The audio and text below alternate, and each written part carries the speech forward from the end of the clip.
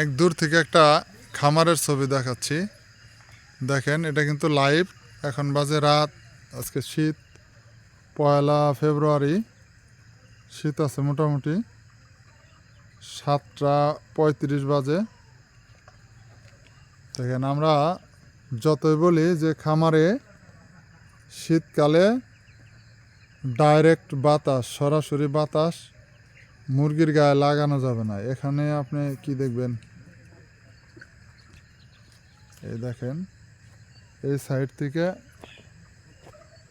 খামারটার পাশে আরেক সাইড দেখাচ্ছি।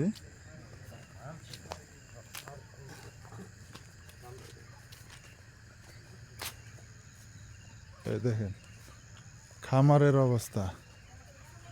আমি বাংলাদেশে যতই খামারের সাথে চিল্লাচিল্লি করি, কোনো লাভ হয় না। লাভ হবেও না জানি। সবার শেষে বলবো যে ভাই আমার ওয়েট আসছে না, মুরগির কি হয়েছে, সমস্যা হয়েছে, ঠান্ডা লাগছে। আমি খামারিদের বলে, ভাই খামারে ঢুকে তুমি একটু খালি গায়ে থাকো। তোমার যদি কাপড় লাগে তাহলে মুরগিরও কাপড় লাগবে। এই দেখেন, আমি সব দেখাচ্ছি। এটা মাচা প্লাস ফ্লোর সহ। এখন এদেরকে আমি কিভাবে ইমপ্রুভ করতে পারবো, তারা নিজেরা যদি ইমপ্রুভ না হয়। এই দেখেন, আমাকে কালকে বলতেছে যে মুরগির ওজন তো ভাই, যে খাবার আছে এটা ওজন তো ঠিক মতো আইতো না। আমি বললাম যে ওজন আসবে, আপনার যে পার ডে ওয়েট লস হয়, সে ওয়েট লসটা কেমনে ঠেকাবেন? সে ওয়েট লস যদি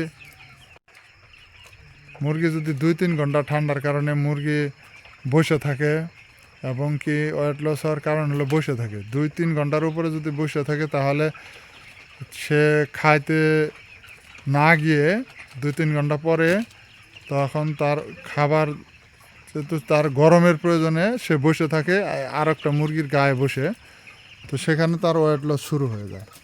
তো দেখা গেছে যে প্রায় যখন 5-6 ঘন্টা হয়ে যায়, তখন আবার সে খাইতে যায়। এই যে মাঝের 2-3 ঘন্টা আবার অতিরিক্ত সময় ওয়েট লসটা হলো, যেটা সে ওয়েট গেইন করছিল সেটা আবার তো লস হবেই।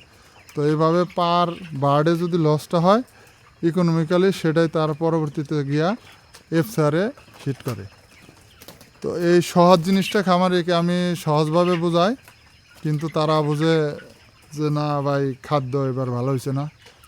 কিন্তু তার ভিতরের মুরগির যে মেটাবলিজম, সেটা খাবার পরে মাংসে রূপান্তরিত হয়। তো সেই মাংস থেকে ওয়েট হয়, আর মাংসটা হচ্ছে খাদ্য থেকে। খাদ্য যখন আবার সে ওয়েট লস হলো যেটুক, সেটা তো আবার তাকে খাবার খাইয়েই পূরণ করতে হবে।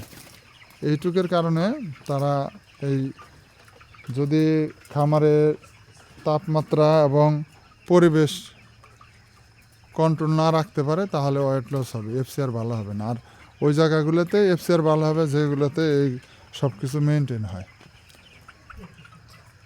ধন্যবাদ সকলকে, ভালো থাকবেন সহজ হিসাবটা বুঝে নেওয়ার জন্য।